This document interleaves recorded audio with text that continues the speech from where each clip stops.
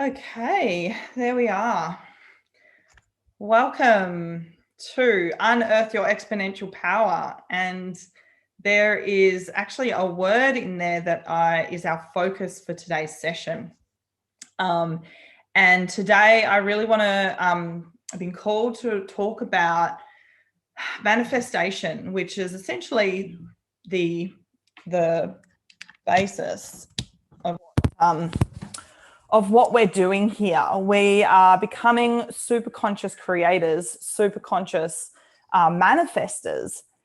And part of the manifestation is a core principle, which is the co-creation. We're not just here manifesting on our own. It's actually a co-creation with the universe. And an element of that is actually exponential growth, where you work, you kind of, on a graph, it kind of looks like this. It's like going a little incremental at a time, and then all of a sudden there's it kind of flips, and there's massive growth and massive change. And I've called this coaching group Unearth Your Exponential Power, and I've put a lot of thought into it, even though it might not quite sound right, but it really is about unearthing this exponential growth. And I actually want to go into the mechanics and the science of it, because it's actually a really powerful element and part of manifestation as we co-create in this world. You see, we're living in this world that's changing so much. We're always in flux. And we have this kind of perception of the reality of what we live in, our reality. And we sometimes can feel like we're not really progressing, like we've got a lot of external factors that give us a perception about how the world is. And that's the environment that we're in, the people we spend time, the media, what the media reports, everything kind of gives us a bit of a perception and status about how reality is, if we're progressing, or if it's, if you feel like the world's a really hard place to live in. And what we do is we actually judge only on this physical world that we live in. We make this judgment about the status of reality based on our lives on earth, because we are, I believe we are this a spiritual being having a physical, emotional experience. And so what we do to create our perception is look around us and see and experience the life that we live on earth. And sometimes when you're on your spiritual journey, or we go through life, we set intentions, we pray, we meditate, and sometimes we may feel like this isn't reflected in our reality, in our world. And what we need to understand is we are actually multi-dimensional beings, and there's more happening around us than what we can physically see and experience on this planet. There are so many different planes in this multi-dimensional world, and we have this narrow perspective about our reality. And if we want to kind of change that perspective, we really need to look at the bigger picture. So when we expand our consciousness, and we look and understand about the ascension growth, we realize that we're only a small fraction of this multi-dimensional, multi-plane universe and existence. And if we want to really experience that bigger picture, we really need to raise our focus from the chaos that is the 3D world. And we do this by creating and focusing on our true choices. So focusing on our superconscious and feeling into our heart space, which helps us to see and to feel and to hear the bigger picture. And a lot of this intuition work, this guiding force, the superconscious work, it's not in the visible field. And so what we do is we master our being on this earth from our superconscious perspective, so that we can experience the bigger picture. We can experiencing, feeling and seeing and living from the perspective that actually we are supported in a different dimensional plane, not just the 3D.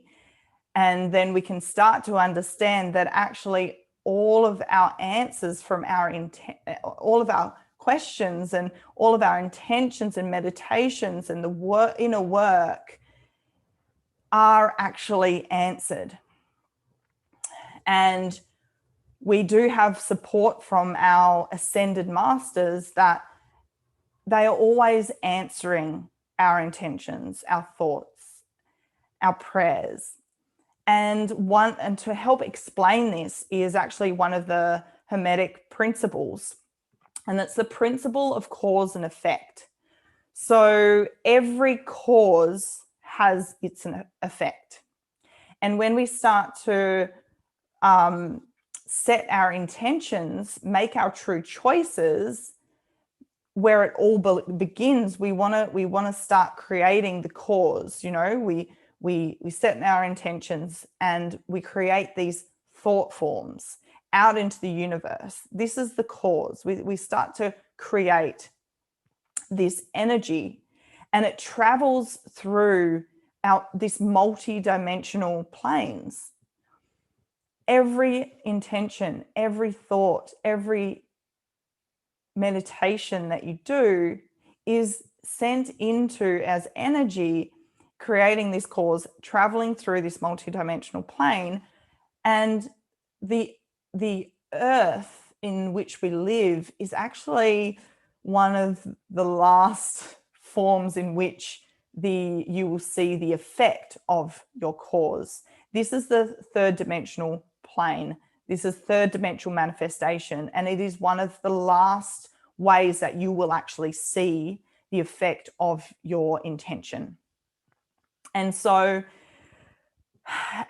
our intentions are always heard and always answered, but we expand exponentially. And so in the beginning, you might not feel any of the or feel or see any of your efforts being manifested, because what happens is our intentions build and build and build. Every time we meditate, every time we send energy out as an intention or an invocation or Reiki, energy work, we actually build this as thought forms. We actually put this energy into it's like light into the blueprint, the matrix of the world, of the universe.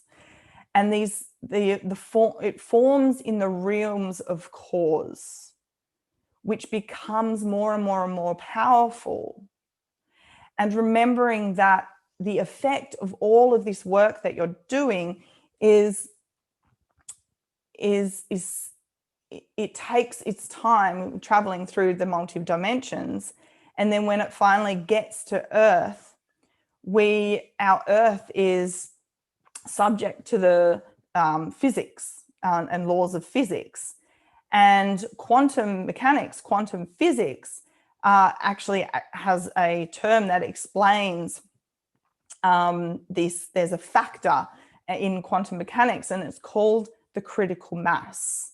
So this is where our intentions create thought forms, and the minimum amount of energy or thought forms needed for an explosion, because this is also used in other forms, but essentially the minimum amount of energy needed for manifestation is called the critical mass. That's the exponential point. That's the point on the curve where you're plateauing. There's a point, you reach critical mass, and then all of a sudden everything happens. It just hits you. You manifest, the life of your dreams. The dream job comes in. The money starts flowing. The man comes in. It's that point in time where it's like exponential growth, right? It's all at once, or it just starts kind of happening. And this and everything around us is subject to the laws of our physical laws, our quantum mechanics, the quantum laws. Everything is energy. Everything is this waves and particles of intelligent frequency. And everything that actually results in our life are from the thoughts, feelings, actions from the past. So I love the word present moment, because if you break up the word present, it's pre-sent. It's pre-sent thoughts, feelings, actions from the past into the present moment where it's manifested. And when we start to manifest, when kind of negative things or bad things happen in our life, it's just a culmination of the thoughts and energy of anything that doesn't resonate with love. And anything positive that kind of happens in our life that's in flow, that's a combination of all of your thoughts, feelings, actions from the past that is in alignment or in resonance with love. And so what we want to do to transmute any negative experiences is actually to raise the vibration to that of love. And that's when we can invoke this violet flame, not violent flame. It's the violet flame, which is our connection to source. If you have it, it's connecting our energy to build our connection, to increase our energy to build up to that critical mass point where we actually do manifest. And when we experience life, we can experience the same problems coming up. And so when we start our spiritual journey, we jump on board and we start learning, and we do all the things. We do the meditations, we do the healing, and we set our intention, and we live in the moment, and we do and do and do and do and do. And at some point we feel like we're just doing so much and we're not seeing that expression in our life. And so we kind of lose trust. We tend to give up before we reach this critical mass point. We give up because we don't see it. And knowing how energy works, you could just be one breath away from that critical mass point. And so what we do is we tend to relapse. We give up. We kind of stop invoking the violent flame and the critical mass. And so what we just need to remember to do is keep your focus on empowering your dreams to co-create. And when the energy consciousness and the atoms, because, you know, the smallest, we're going down to the molecular level here. When we continue to contribute to this light, we contribute to the light consciousness. When this energy, this frequency reaches, this frequency of, you know, your thoughts and feelings and your speech and your being on all dimensions reaches 51% of this higher frequency, the thing that you are looking to create, that is the point of the critical mass point. And what happens is when we get to this point, when we get to 51% on all dimensions of this higher frequency, the 49% just automatically, you know, comes with us. It exponential, that's the exponential growth. So it's exponentially lifted to this higher frequency, that 49%, just like that. And that's the critical mass point, which creates manifestation. That's when we see on the physical plane the manifested intention. But it requires that, it's the silent growth. It's that you keep going, keep going, keep going, keep going, keep adding to this light consciousness, keep adding to the light blueprint with every intention, every day, your meditations, your intentions, your thoughts, your feelings, it's all contributing to this exponential growth point.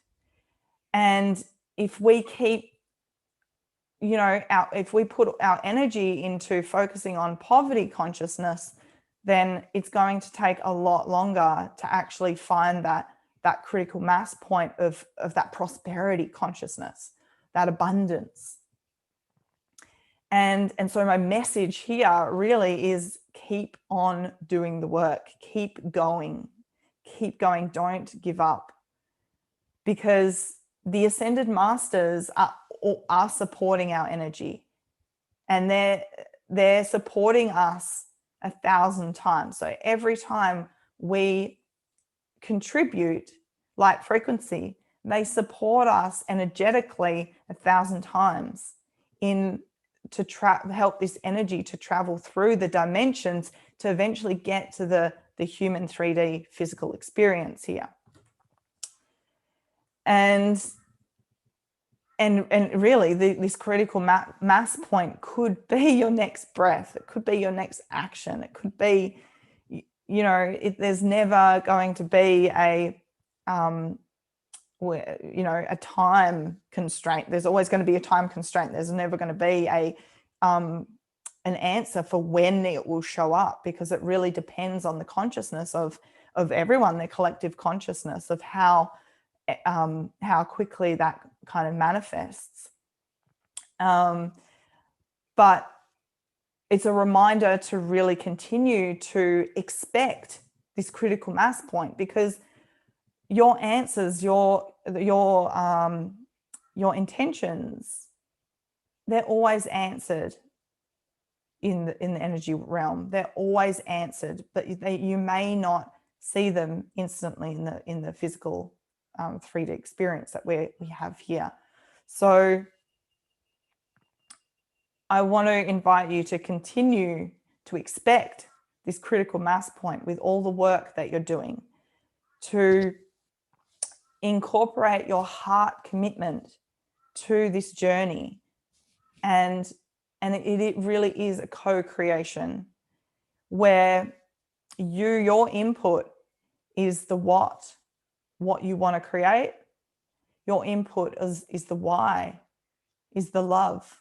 Why do you want to create that? Because you love it. And then we incorporate the senses. We want to be it before we see it. We invoke the all of the energy points, the power within us, the heart, the throat, the speech and expression, the environment that we put ourselves in to help us to be it before we see it.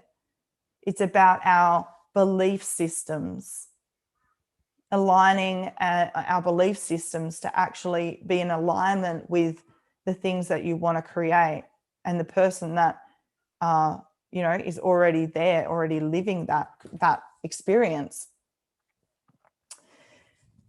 And going through the 5 steps to conscious creation will help you to actually,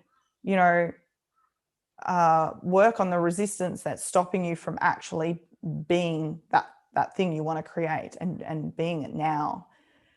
And then the how it shows up, how it is manifested is not your business. It's not your job. The how is the co-creation. This is where we take all the action. We do the 5 steps, which is setting your intention, choosing what you want to create, feeling into it, resolving resistance, and taking aligned action. You have to move yourself towards it. You need to take aligned action as the 5th step. And then when you take that action, you are actually surrendering to the universe. You are surrendering how it shows up. And that is a really, really important part of co-creating your manifested life, because the how is not up to you. And we do get caught up on trying to control how our manifestation shows up in life. And when we try to control that, then we actually lose quite a lot of the opportunities for it to show up, because the universe flows through the path of least resistance.